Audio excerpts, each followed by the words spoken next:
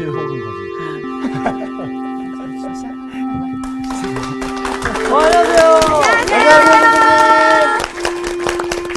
안녕하세요. 안녕하세요. 안녕하세요. 안녕하세요. 잘 보내셨습니까? 네. 그래요. 우리가 지난주에 그 세례 요한의 출생과 그의 아버지인 사가리아의 노래에 대하여 공부했습니다. 네. 그때 우리가 여러 가지 발견을 했습니다. 네. 예를 들어서 그 이름 주는 일을 네. 할례 때 네. 했던 것이고 네. 두 번째는 그 이름을 주는 일에 갈등도 생겼던 것을 네, 우리가 그 발견했습니다. 네. 또 요한이 하나님이 원하시는 이름을 얻었던 것도 발견했죠. 예. 또 사가리아가 다시 말할 수 있게 되는 기적 네. 우리가 또 보았고 네. 또 자녀가 부모의 소유가 아님을 우리가 거기서 조금 여러 가지 생각해 보았습니다. 네. 그 내용에 대하여 만약에 질문이 생겼거나 그 논평이 생겼다면 지금 말씀하셔도 돼요. 자녀 키우는 우리 유한이. 아니, 저 같은 경우는 이 수업을 진짜 오랜만에 처음 듣는 것 같아요. 어떻게 돌아가는 건지 잘 모르겠습니다. 질문 있으세요? 아니, 뭐 네. 질문보다도 그 원래 이제 그 이름 지을 때 그 다른 사람들이 함께 이렇게 뭐죠? 이렇게 관심을 갖고 거기에 이렇게 막 좀 압박이 있었잖아요. 주변 사람들로부터. 맞아. 그런 모습이 사실은 요즘하고 조금 다른 부분이 아닌가라는 좀 생각도 들어요. 그러지 않아요? 이름 지을 때 말이지? 네, 이름 지을 때. 그러니까 이름 이름 지을 아직 안 때 지었잖아요. 아니 사실상 이름 지을 때 부모님이 네. 그냥 엄마가 생각하는 이름 이제 진리라고 이름을 네. 생각하고 있었잖아요. 네. 근데 이제 그때 시대 같은 경우는 모든 친척들이 다 모여가지고 그렇죠. 그 이름 안 된다고 다 내가 내 자식 이름을 하겠다는데 오히려 다른 사람들이 와서 그거를 반대를 하고 나서니까 지금의 모습이랑 많이 틀린 부분이 그렇죠. 있죠. 네. 그렇죠. 그런데 오늘날도 그 이름 줄 때 그 갈등이 생길 수 있지 않습니까? 있죠. 네. 그래서 그 이야기가 도움이 될 수 있어요. 네. 그 이름이 사실은 그냥 주는 것이 아니고 그 이름은 아주 의미가 깊은 것이기 때문에 또 평생 사용하는 맞아. 그 사람과 동일한 것 네. 같은 것이 있기 때문에 네. 아주 중요하죠. 진짜 중요한 말씀하셨어요. 저는 예. 네. 말씀하세요. 아니, 저는 그 부분, 원래 그 엘리사벳이 요한이라고 짓겠다고 했었잖아요. 그리고 나서 이제 친척들이랑 사람들이 이제 그 사가랴한테 가가지고 이름 어떻게 할 거냐 그랬는데 그때 입을 딱 열면서 요한이라고 할 거라고. 그때 그걸 느꼈어요. 부부는 역시 일심동체구나. 네. 예, 그 전사가 요구했기 때문에 네. 부모님이 다른 이름을 더 줄 수도 없었죠. 맞아. 그래서 그런 경우에는 조금 황소고집 내어야죠. 황소고집. 맞습니다. 황소고집. 오호. 예, 오늘 네. 우리가 드디어 그 예수님의 탄생 이야기를 듣겠습니다. 들어가는구나, 드디어. 시간 많이 걸렸죠? 네. 또 인내해 주셔서 감사합니다. 아닙니다. 아유, 예. 별 말씀을요. 오늘 수업 누가복음 9강 예수의 탄생. 그리스도인들은 사실은 크리스마스 때 네. 예수님을 생각하지 않습니까? 네. 그래서 제가 질문하고 싶은 것은 네. 여러분들이 크리스마스를 어떻게 보내십니까? 크리스마스 때, 어렸을 때는 좀 많이 크리스마스 예배 때 많이 졸았던 것 같아요. 의외다. 아니, 전날에 왜냐면 노니까. 졸았던 이유가 네. 사실 크리스마스 당일날 그 예배가 중요한 건데 그 전날 맞아. 새벽송 돌고 네. 친구들이랑 그 밤새 노느라고 네. 그거를 열심히 하고 예배 때는 안 나오고 졸고 맞아요. 그러지. 진짜. 정규 같은 아이들이 그랬어요. 네, 그런 경험이 좀 많았었던 것 같아요. 근데 생각해보면은 왜 크리스마스가 중요한 날인데 네. 어떤 날도 공휴일 그 당일날이 중요한 날인데 왜 하필이면 크리스마스 이브 날이 있어서 맞아. 그날 그렇게 근데- 솔로면 외롭게 만드시는지. 아니 근데 사실상 지금 생각해 보면 어떤 날이 그 닥쳤을 때보다 그 날을 기대하는 그 설렘이 더 크잖아요. 그래서 전날을 그렇게. 네. 사람들은 기다리는 일을 참기가 어렵죠. 그렇죠. 그래서 예수님이 그 날 밤에 네. 그 태어났기 때문에 사람들은 거의 기다리지 못해요. 또 그 사실 그 대림절도 강림절 시작할 때도 그 백화점에서는 그 대림절 때 시작되는 것이 아니고 전에 벌써 시작. 기다릴 수 없어요. 그렇죠. 캐롤 막 나오고. 네, 그렇죠. 네. 그래서 그 조금 일찍 하는 것이죠. 네. 그래요. 그 청년들에게 특별히 그 크리스마스 이브가 그 크리스마스 성탄절 날보다 더 중요하지 않습니까? 네. 맞아요. 네. 사실은 독일도 마찬가지예요. 독일에서도 그 크리스마스 이브가 제일 핵심적인 크리스마스 날이에요. 왜요? 그 성탄절이라기보다는 네. 사실 독일에서는 그 성탄절 두 날이 돼요. 그 첫째 날하고 둘째 날 있어요. 그래요? 공휴일이에요. 이틀이나. 그런데 한국에서는 딱 하루이죠. 네. 그런데 우리가 이틀이어도 제일 중요한 날은 성탄절 아니고 크리스마스 이브예요. 똑같네. 세계적인 추세구나. 예, 그 독일에서 네. 그 대림절하고 성탄절 아주 중요합니다. 그래서 대림절 그 아드벤트이라고 하는데 영어와 비슷합니다. 그 똑같습니다. 아드벤트. 이것은 대림절이죠. 아니면 그 여러 가지 이름이 있는데 그 대림절 아니면 강림절 아니면 대강절이라고 하죠.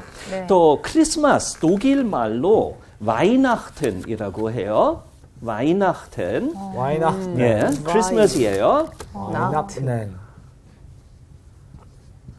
그래서 와이나흐텐 특별한 의미를 가지고 있습니다. 네. 그래서 와이나흐텐 거룩한 밤이라는 뜻이에요. 그래서 우리가 홀리 크리스마스라고 할 때 벌써 그 거룩한 밤 중심으로 생각합니다. 네. 맞아요. 그래서 크리스마스 이브이죠. 원래 크리스마스 이브가 그 성야였는데 그 제일 중요한 날 전야였는데 지금 핵심이 됐어요. 예. 이렇게 됐어요. 그 독일에서 그 대림절하고 성탄절 행사도 전통 풍습이 아주 많습니다. 그래서 게 제가 있어요? 한국에 왔을 때 실망됐어요. 너무 한국에는 없어서요? 그 별로 화려하지 않습니다. 맞아요. 요즘 갈수록 화려하지 더 않습니다. 조용해지는 것 맞아요. 같아요. 그래서 대림절은 그 크리스마스 그 성탄절 4주 전에 시작되죠. 네. 그래서 대림절 주일날 4개 있어요. 네. 그 다음에 성탄절이 나옵니다. 그래서 그 성탄절은 항상 12월 25일이 있기 때문에 네. 대림절은 가끔 그 11월 말부터 시작되거나 그 12월 초부터 네. 시작되죠. 네. 그래서 우리 그 독일 교회에서는 그 우리가 대림절 달력도 있어요. 한국에 없어요. 네네. 네. 그런데 대림절 달력 그 어린이들을 위한 것이에요. 그 대림절 달력에 그 문이 있어요. 그 그림을 한번 보시면 네. 거기서 대림절 달력 나옵니다. 그래서 대림절 달력에서는 그림 하나 있어요. 네. 그 네. 그림 안에 그 24개 문이 그 잠겨 있어요. 그래서 그 12월 1일부터 예. 매일 문 하나를 열 수 있어요. 그래서 마지막 문은 그 크리스마스 이브 날이에요. 네. 여기 숫자가 있네요, 이렇게. 예, 숫자가 있어요. 그래서 어린이들은 그 숫자를 찾고 그 신기하네. 매일매일 문을 하나 열 수 있어요. 그런데 재밌다. 제가 어렸을 때 재밌겠다, 사실 진짜. 이 대림절 달력 그 60년대부터 유행이 됐어요. 네. 그 시작은 아마 그 1900년쯤이었어요. 그 19세기 말부터 네. 그 첫째 대림절 달력들이 그 개발되었는데 그 1960년대 들어가야 유행이 됐어요. 그런데 처음에 그림만 나왔어요. 그 문을 열면 네. 안에 그림이 있었어요. 네. 그 나중에 문을 열면 초콜릿도 나와요. 요거 재미가 쏠쏠하네. 저는 이거 흥미롭다. 1980년대부터 아마 그 야. 개발된 오. 달력이에요. 추억 그래서 돋는다. 어린이들은 좋아하죠. 우리나라에서는 한 번도 못 봤는데 이런 거. 어른용으로 만들면은 돈이. 아이고 이거 괜찮아요. 네, 괜찮아요. 죄송합니다. 아이, 죄송합니다. 좋은 네. 아이디어인데요, 왜? 어쨌든 그 어린이들은 이렇게 그 달력을 매일매일 문 하나 그 여니까 이렇게 마음 준비돼요. 크리스마스 집중적인 마음이 생기고 네. 기대가 생기고 그럴 것 같아요. 또 크리스마스 다가오는 느낌도 그 마음 속으로도 느낄 수 있는 것이에요. 그래서 아주 그 좋은 전통이라고 생각합니다. 그 외에 다른 풍습들도 있어요. 대림절, 피라밋도 있어요. 피라미드요? 예, 피라밋. 그 대림절 피라밋 날개가 있어요. 위에 한번 그 그림을 보시면 네. 그 위에서 날개들이 있어요. 네. 또 밑에는 그 초가 있어요. 네. 그 초를 켜면 그 따뜻한 공기가 올라가잖아요. 네. 그래서 그 날개를 통하여 움직이기 시작돼요. 그래서 돌죠. 그래서 그 피라밋 보시면 거기서 목자들도 있고 동방 박사들도 있고 제일 위에 천사도 보입니다.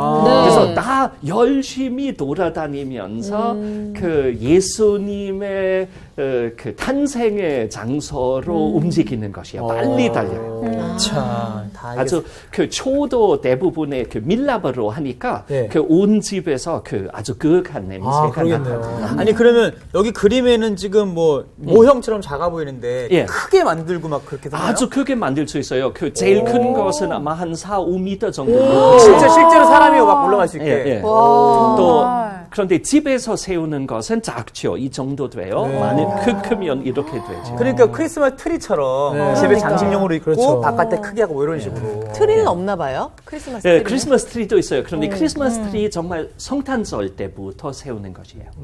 전에 세우지 않아요. 그 한국 교회에서는 지금 크리스마스 트리 그렇죠. 벌써 네네. 내림절 때 네. 세우는 것인데 백화점에도 많이 서 있어요. 예, 그런데 독일에서는 그 크리스마스 이브부터 크리스마스 트리가 있어요.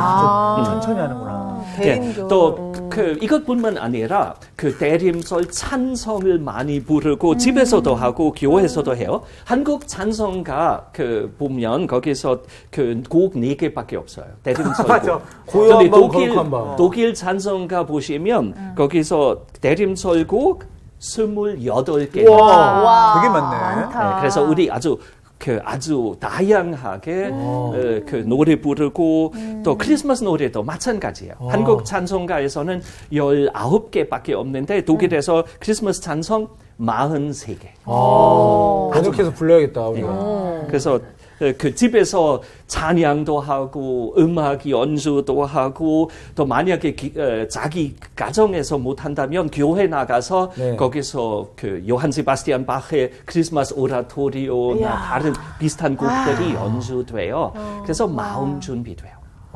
그 온 독일 사람들은 크리스마스 향하여 사는 것이에요. 한 달 넘게 내내 축제네요. 진짜. 맞아요. 진짜. 물론 대림절 기다리는 시기지만은 이렇게 합니다. 또 집 안들이 다 냄새 나고 왜냐하면 집에서는 그 요리도 하고 선물도 준비하고 또 수공도 하고 이야기만 그 들어도 너무 장식 좋다. 너무 크리스마스 트리 설렌다. 장식 스스로 만들어요. 와, 너무 재밌다. 독일에는 그런 크리스마스 즈음에 눈이 좀 많이 오나요? 어때요?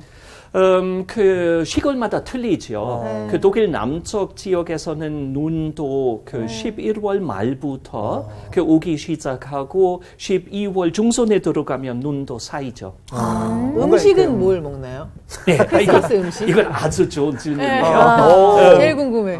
그 크리스마스 때 우리가 그 아주 특별한 음식 있어요. 네. 그래서 크리스마스 첫째 그 성탄절 점심 때 가족마다 아주 화려한 음식을 먹어요. 독일 사람은 궁금하다. 대부분이 간단하게 먹는데 네. 그 날에는 거의 구이 합니다. 거의. 한국에 거의 없죠. 예, 오리는 먹는데 오리. 거위는 많이 거의는 없죠. 거의 없죠. 우리가 통구이 해요.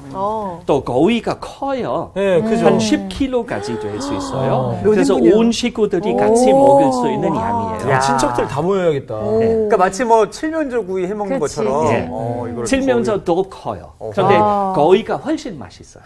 거의 간도 맛있지 않아요? 예, 아주 그쵸. 거위 간 아주 유명하죠. 네. 난 거위의 꿈을 좋아하는데. 그래요, 난 꿈이 있어요. 예. 그래서 그 특별한 가정마다 그 음식이 틀릴 수 있어요. 네. 그래서 몇 가정에서는 잉어도 오, 구워. 잉어. 그런데 그 집마다 틀려요. 그런데 우리 가정에서는 항상 거위를 먹었어요. 그래서 어머니가 성탄절 예배에 참여 못했어요. 음식 왜냐면- 하시느라고. 예. 그래서 그 음식을 준비해야 하니까 어머니가 못 나갔어요. 그런데 다른 친구들 다 나갔죠. 그런데 제일 중요한 예배는 그 크리스마스 이브죠. 그래서 그렇구나. 그 모든 교인들이 함께 모여서 네. 그 크리스마스 이야기 연극으로도 연극하고 네, 또 그 크리스마스 이야기 듣고 캐럴도 하고 찬송도 하고 기도도 하고 그 다음에 집으로 돌아가서 그 한국에서는 교회 네. 행사뿐이죠. 네. 독일에서는 교회 행사하고 그 가정 집에 행사 가서 또. 둘 다. 오, 그렇구나. 그래서 집에서 바람직하다. 지금 그 준비된 선물을 그 얻고 또 남에게 그 나누어 주고 또 노래도 하고 그날 밤에 아주 늦게까지 아이들도 그 같이 있을 수 있어요. 대부분의 독일 사람은 아이를 일찍 침대로 보내요. 그런데 그날 밤에 예외입니다. 아하. 그래서 아주 행복한 말만 가장 들어도. 이상적인 크리스마스 그래, 분위기가 너무 좋다. 말만 들어도 좋네요. 진짜. 예. 어쨌든 우리가 그 크리스마스 아주 귀하게 하죠. 네. 그래서 오늘 크리스마스 이야기 나옵니다.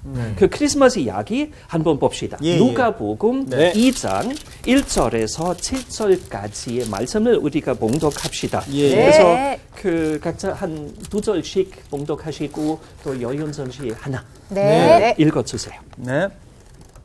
그때 가이사 아구스도가 영을 내려 천하로 다 호적하라 하였으니 이 호적은 구레뇨가 수리아 총독이 되었을 때 처음 한 것이라. 모든 사람이 호적하러 각각 고향으로 돌아가매 요셉도 다윗의 집 족속이므로 갈릴리 나사렛 동네에서 유대를 향하여 베들레헴이라 하는 다윗의 동네로 그 약혼한 마리아와 함께 호적하러 올라가니 마리아가 이미 잉태하였더라. 거기 있을 그때에 해산할 날이 차서 첫 아들을 낳아 강보로 싸서 구유에 누였으니 이는 여간에 있을 곳이 없음이러라. 야, 이 구절들이 크리스마스 이브하고 성탄절 때 교회에서 봉독되죠. 그렇죠. 그 크리스마스 이야기입니다. 이 이야기를 독일 경우에는 항상 마틴 루터의 독일어 번역으로 그 봉독합니다. 한번 그 이야기를 하나씩 차례로 보시기 바랍니다. 예. 그래서 우리가 지금까지 그 1장을 그 공부했는데 그 1장에서는 누가가 그 세례 요한하고 예수 이야기 했는데 거기서 그 예수님하고 요한의 의미를 이스라엘 백성의 의미로 강조했어요. 네. 그래서 세례 요한하고 예수님도 그 이스라엘의 구원의 역사에 있어서 큰 역할을 한다는 것을 강조했어요. 그런데 지금 그 2장에서는 누가가 그 예수님의 탄생을 그 이스라엘의 백성을 위한 것뿐만 아니라 온 세계를 위한 의미가 있다고 합니다. 예. 그래서 그 여기에서 세계 역사 속에 넣고 그 세계 역사를 여기서 누가가 말합니다. 그 마태가 그 세계적인 예수님 탄생의 의미를 조금 다르게 설명하죠. 거기서 마태복음 보면 그 동방박사 이야기 나옵니다. 네. 그래서 이스라엘 백성 아닌 사람들도 예수님에 대하여 관심이 있고 네. 또 나중에 예수님하고 부모님이 이집트로 망명해야 하니까 이것도 국제적인 차원이에요. 누가가 이 국제적인 의미를 조금 다르게 네. 설명해 줍니다.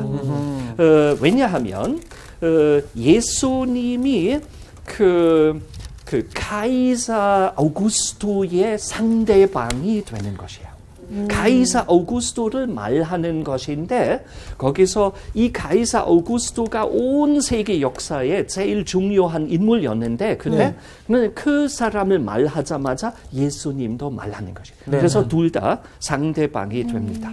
그래서 첫째 절 우리가 보면 이렇게 나옵니다. 그때에 카이사 아우구스토가 영을 내려 전하로 다 호적하라 하였으니. 그래서 이렇게 누가가 예수님을 그 그 역사, 세계 역사 속으로 넘는 것이에요. 그 카이사 아우구스토가 그 동시에 정치 지도자하고 종교 지도자 자기 자신을 이해했어요. 그래서 아우구스토가 스스로를 그 구세주, 구주로 칭하라고 했고 또 동시에도 그 주님으로도 칭하기를 요구했어요. 그래서 원래 그 당시 그 일반 그 국민들은 네. 그 구주하고 주님이라고 할 때 아우구스토를 생각했어요. 그런데 여기서 지금 누가복음에서는 그 완전히 다른 구세주하고 주님을 말하고 있습니다. 네. 그 11절에서는 나중에 그 천사들이 그 목자들에게 아주 다른 구세주하고 다른 주님을 그 소개하겠습니다. 오늘의 다윗의 동네에 너희를 위하여 구주가 나셨으니 곧 그리스도 주시니라 이렇게 말합니다. 그래서 상대방이죠. 그러니까. 그 대칭 구조야, 그지? 그죠. 동시에 누가가 그 4절하고 5절에서 그 요셉과 마리아가 그 황제의 그 호적하라는 명령에 순종했다는 보고합니다. 그래서 그 원래 그 셀롯파가 이 황제의 그 인구조사 요구하는 명령 받아주지 말자고 했어요. 거부하자고 했어요. 모든 국민들은 이것은 거부해야 한다. 셀롯파가 이렇게 요구했어요. 그래서 누가가 그 황제뿐만 아니라 그 셀롯파도 어느 정도 비판하는 입장 가지고 있어요. 그 황제가 그 주님하고 구세주이라기보다는 예수님 그분이시다. 또 셀롯파가 그 호적 명령을 거부해야 한다고 하는데 누가에 의하면 요셉과 마리아가 그냥 받아주었어요. 그래서 둘 다 조금 비판하는 것이에요. 그 인구조사가 그때 아주 그냥 통계학적인 목적을 가지고 있었던 것이 아니에요. 그 인구조사가 그때 그 권한 요구를 표현했던 것이에요. 그 황제가 정확하게 그 몇 사람이 자기 통치 지역에서 사는지 알고 싶어 했어요. 그래서 이렇게 황제들은 전쟁할 때 몇 군인이 있는지 알 수 있었고 또 재정적으로도 얼마 정도 세금을 요구할 수 있는지를 알게 되었던 것이에요. 그래서 쉽게 말하면 압박의 정치였어요. 방법이었어요. 그래서 그 성서가 이 문제 때문에 그 인구 조사에 대하여 비판적으로 생각합니다. 예를 들어서 사무엘 하 24장 보면 거기서 그 인구 조사를 반대합니다. 왜냐하면 그 인구 조사를 할 수 있는 권력은 다만 하나님께 있다. 이렇게 합니다. 그래서 또 1세기, 기원전 1세기부터 이스라엘 백성은 인구조사를 완전히 반대했어요. 그 인정 안 했어요. 그래서 그 플라비우스 요세푸스이라는 유대인 그 역사학자가 있어요. 그 사람이 그 젤롯파가 그 인구조사가 있었을 때 등장했다고 보고합니다. 그래서 그 인구조사를 반대했던 사람들은 젤롯파를 만들었다고 주장할 수 있겠죠. 그런데 그 요셉과 마리아가 지금 그 인구조사를 그냥 받아주었고 순종했던 것은 이것은 그 이스라엘 백성의 왕이신 하나님을 배신하는 것이 아닌가. 그 생각도 할 수 있죠. 그래서 그런데 여기에서 두 가지의 인구 조사가 있었던 것은 우리가 알아야 합니다. 하나는 그 호적부였어요. 네. 호적부가 어느 정도 인정을 받았던 인구 조사였어요. 왜냐하면 거기서 그 남성들 조사했고 또 남성들이 다 정확한 정보를 모으지 않고 그 일반적인 그 정보만 모았어요. 나이, 직업, 자녀, 하고 그 누구인지 이것만 조사했는데 거기서 그 모든 국민들이 내야 했던 세금하고 군대에 가야 했던 그런 어떻게 하죠? 필수적으로 군대 가야 했잖아요. 그래서 그 누구에게 명령해야 하는지 알게 될 수 있어요. 이것은 어느 정도 인정을 받았는데 다른 인구 조사가 그 인정을 못 받았어요. 왜냐하면 다른 조사에 의하면 재산의 상황을 정확하게 물어봤기 때문에 이것은 진짜 압박의 정책이었어요. 거기서 제일로파가 강하게 반대했습니다. 그래서 그 호적은 큰 문제 아니라고 주장할 수도 있겠죠. 누가가 보고하는 그 인구 조사가 호적부예요. 그래서 그 마리아와 요셉이 그 국가 반역자가 아니에요. 이거 조금 지나친 생각이에요. 그냥 아마 그 가담자 같은 사람이었다. 이렇게 판단할 수 있겠죠. 나중에 우리가 20장을 읽을 때 우리가 예수님이 그 황제 세금에 대하여 부모보다 훨씬 더 까다롭게 생각했던 것은 우리가 나중에 보겠습니다. 누가가 아주 그 정보 또 특별히 역사적인 그 정보 또 날짜 시기에 대하여 관심이 많아요. 그래서 항상 그 사학자예요. 그 누가가. 그래서 그 2절에서 이렇게 보고합니다.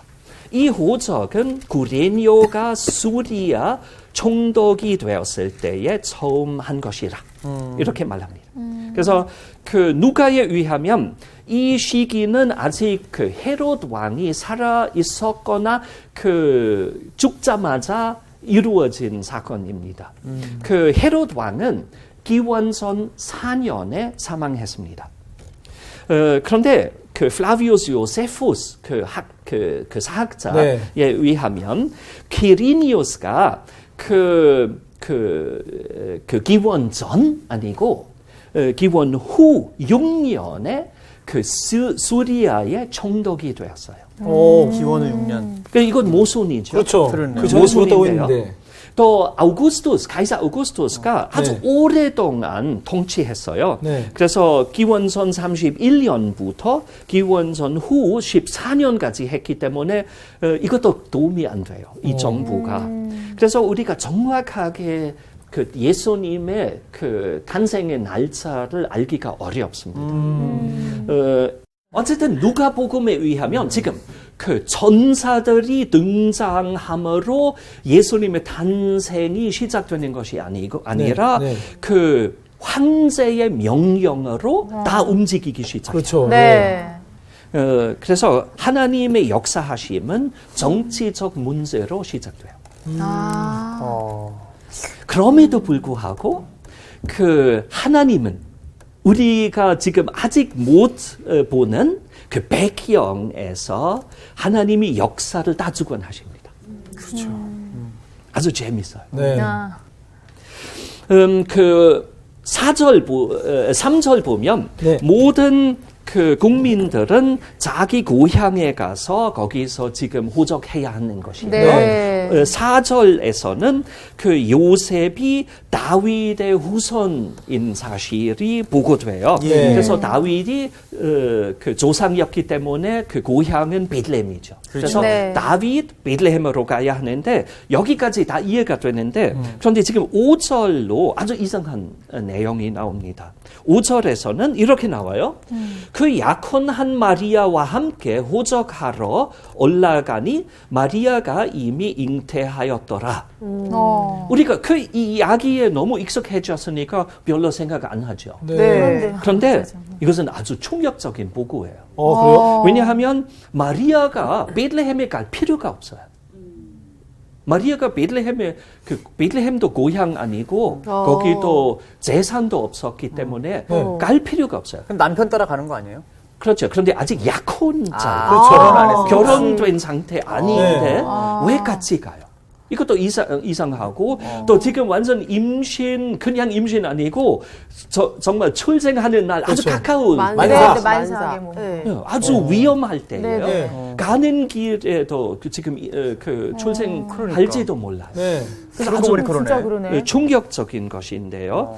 그런데 누가가 아무런 설명 없이 아무런 그 해석 없이 이것은 그냥 보고만 해요. 또 6절 보면 거기 있을 때에 그 해산할 날이 차서. 그러니까. 네. 그래서 임박한 거야. 지금 다행이에요. 도착한 후에 아이를 낳는 것이에요. 7절에서는 첫 아들을 낳아 강보로 사서 구유에 누였으니 이는 여관에 있을 곳이 없음이니라. 그래서 마리아와 요셉이 베들레헴시에서 어디서 숙박했죠? 한국에서는 그 집으로 초청하는 일이 거의 없죠. 집으로요? 집으로. 집들이 하는 일 거의 없죠.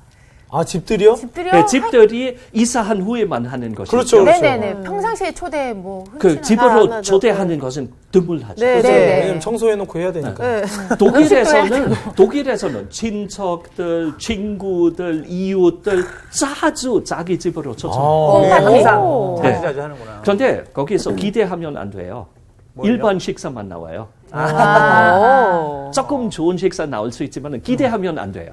거기서 실망에 당한 한국 사람들이 되게 많아요. 그러니까요. 한국 사람들은 집에 초대한다는 것 자체가 뭔가 그러니까 일이기 때문에. 늘 먹던 거를 이렇게 대접하는 거지. 한국에서는 그 상다리가 부러져야. 그렇죠.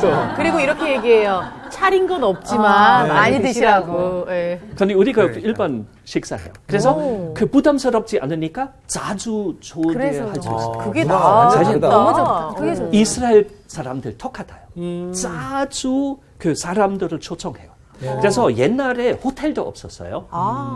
그 예수님 시대 때도 여행하는 사람들은 그 숙박할 호텔 거의 없었어요. 그 호텔 개념 자체가 그 기원전 1세기부터 알게 된 것이에요. 그래서 호텔 거의 없었어요. 그래서 그 개인 자택에서 숙박했죠. 그런데 그 사람들은 손님을 항상 대접했기 때문에 문제 별로 없었어요. 그래서 특별한 방도 있었어요.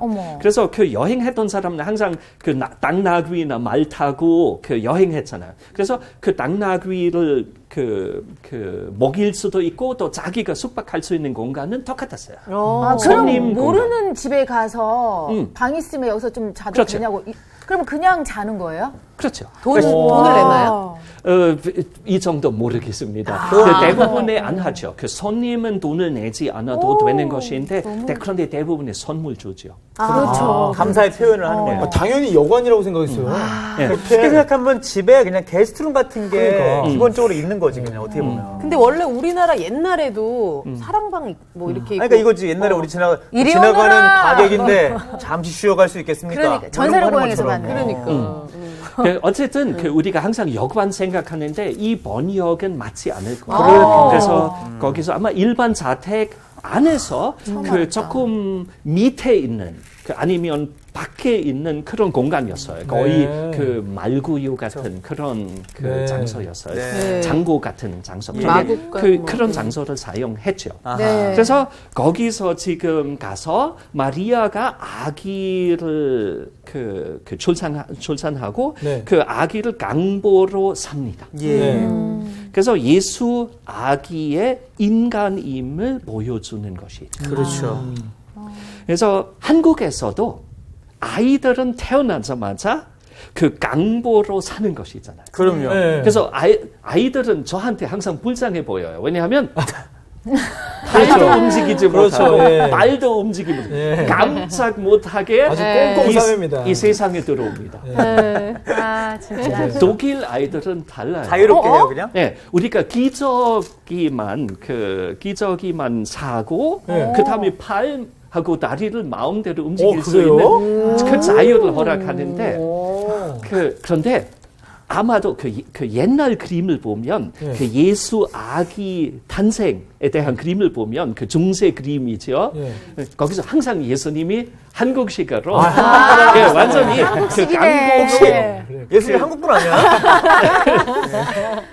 똑같아요. 근데 아마 제가 보기에는 옛날에 독일 사람들도 이렇게 했어요. 그래서 우리가 그 크리스마스 때 특별한 과자를 만들어요. 그 과자를 먹을 때 그 쿠키도 만들고 과자도 만들어요. 그래서 제가 쿠키 만들었어요. 와, 진짜요? 우와, 진짜요? 해마다 만드는데 와. 제가 잠깐만요. 잠깐만요. 와, 다시 진짜? 웬일을 나 기대는 지금 왜냐면 약간 당 떨어졌었거든. 나 쿠키 먹어야 돼. 아, 세상에. 진짜 그거.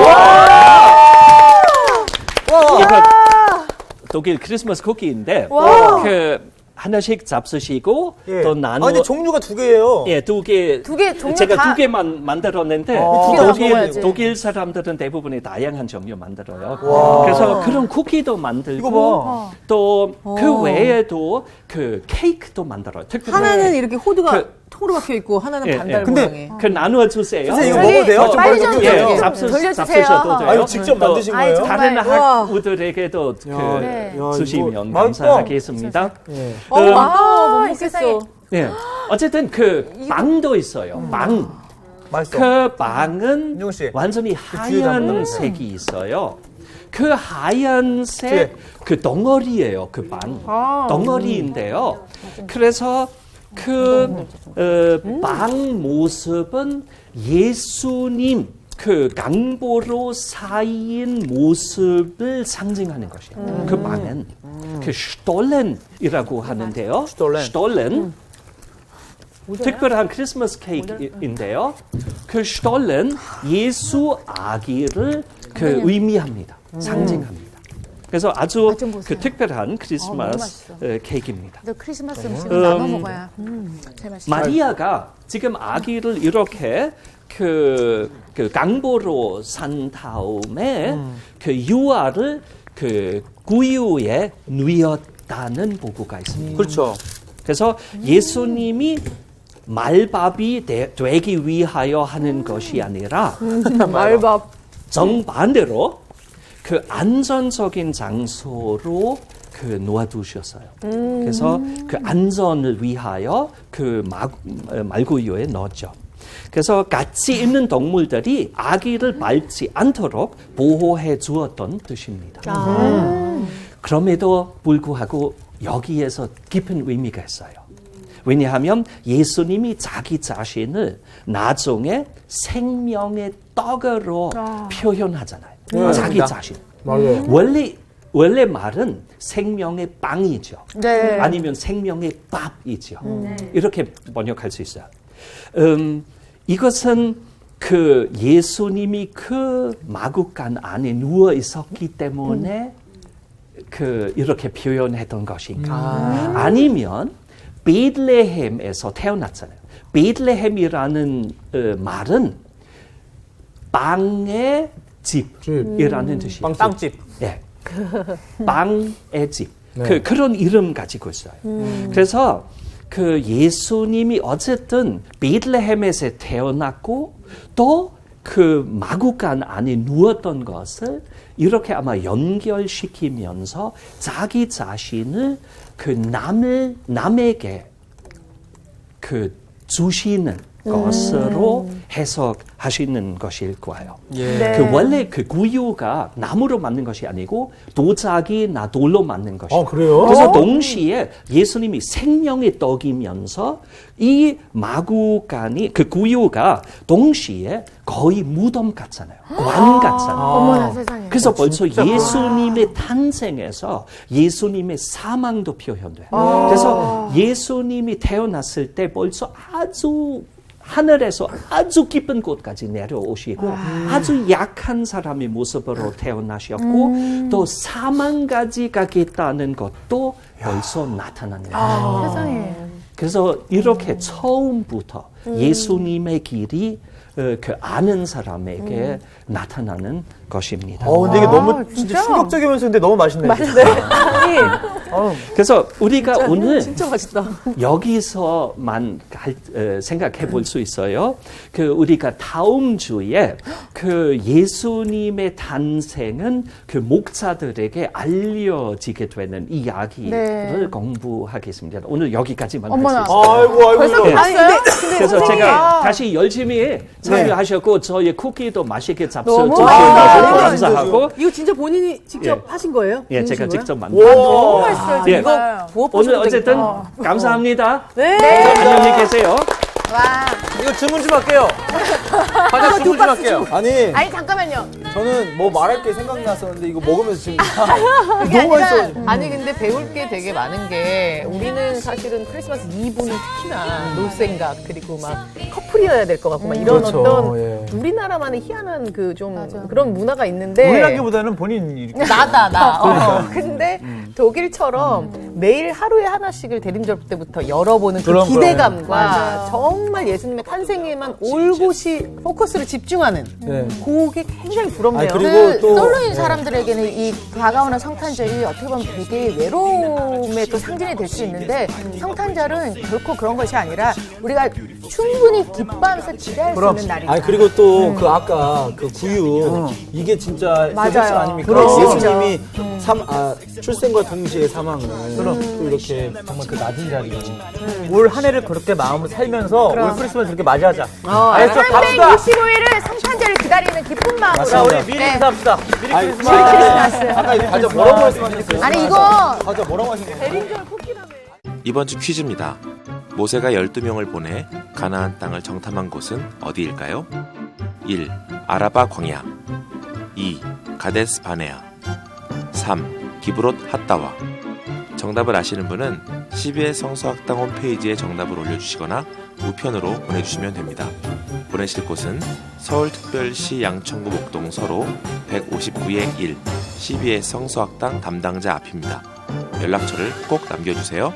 선정되신 분들에게는 하나님의 말씀을 전 세계에 보급하는 대한성서공회에서 성경, 송태근 선생님의 쾌도남마 사무엘상, 김기석 선생님의 광야에서 길을 묻다, 말씀의 빗속을 거닐다, 성경 통독을 위한 최고의 자습서 성경 2.0 가운데 하나를 드립니다.